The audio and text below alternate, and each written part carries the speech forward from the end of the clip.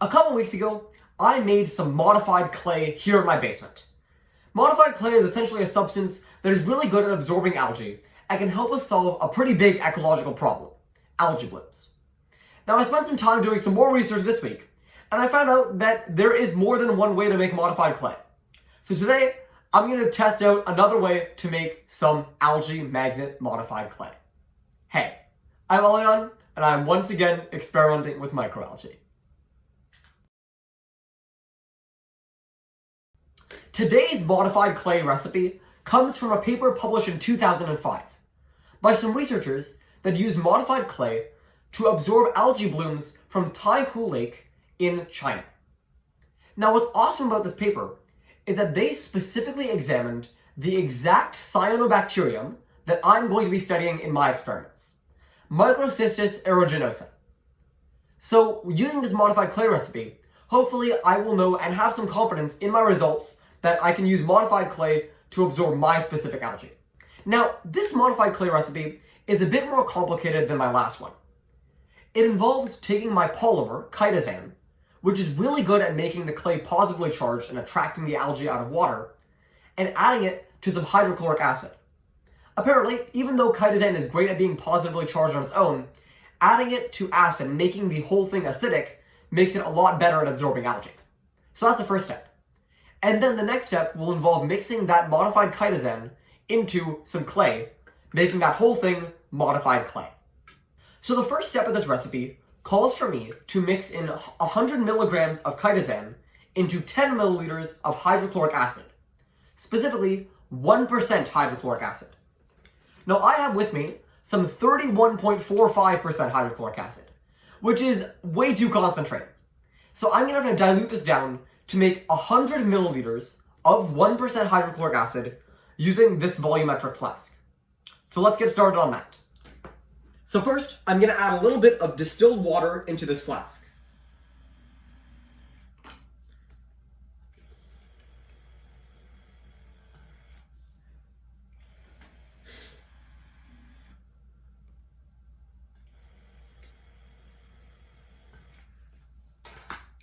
And now, I'm going to add in exactly 3.18 milliliters of my super concentrated hydrochloric acid. So here we go. I need to swap out my pipette tips. Now.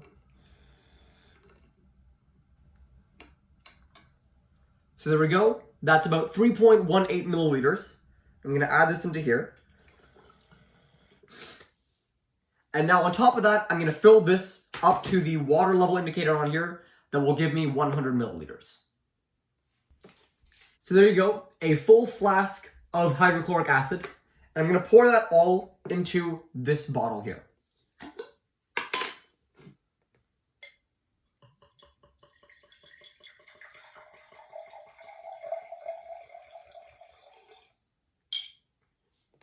Now my next step is to add 100 milligrams of my chitosan to 10 milliliters of my 1% hydrochloric acid.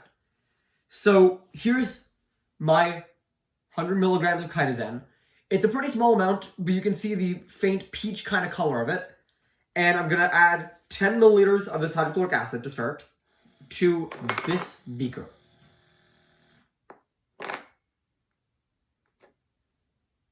Go. And now I'm also going to drop in one of my stir bars and my chitosan.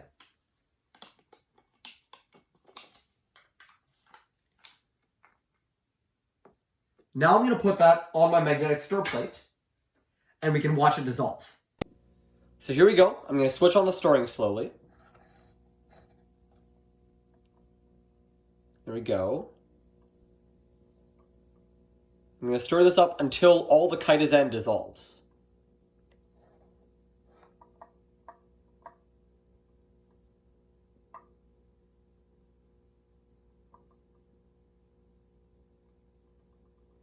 Alright, so it's done dissolving, and I pulled it off the stir plate. And what I've got here is this sort of pale yellow liquid. And the color's pretty clear, and honestly, looking at it, I don't know if I could scientifically describe something as gooey. But that's kind of what the texture of this liquid is. It's definitely way more viscous than I expected it to be. But in any case, the next step of this process is to now dilute this up to 1 milligram per milliliter. So I added 100 milligrams of chitosan and 10 milliliters of hydrochloric acid. So now I need to add 90 milliliters of water to bring this up to its final chitosan solution. So I'm going to do that. And that's 90 milliliters. So in total here, I have 100 milliliters of hydrochloric acid and chitosan solution combined. I'm going to pour that all into a glass jar to save for later.